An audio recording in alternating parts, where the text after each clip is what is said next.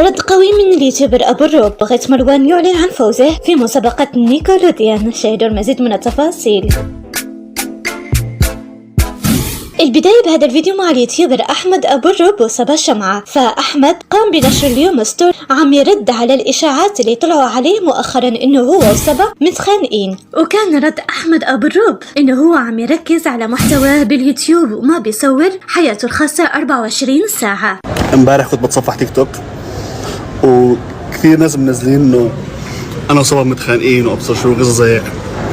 يا جماعة مش لأنه إحنا ما بنصور 24 ساعة معناتها إحنا متخانقين، يعني هي مرتي يعني بالاخير، وانا ما بحب اصور حياتي. انا عندي محتوى بس بسوي فيديوهات على يوتيوب، لا اصور حياتي. شو رايكم؟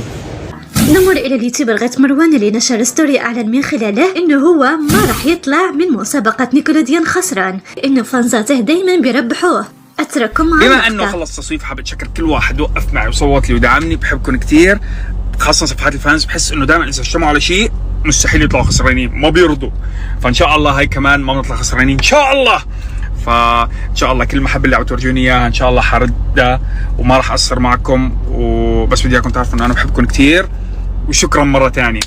وبس، واخر شغله حاب اقول لكم عليها انه انتم جبارين وما حد بيقدر عليكم. والسلام عليكم.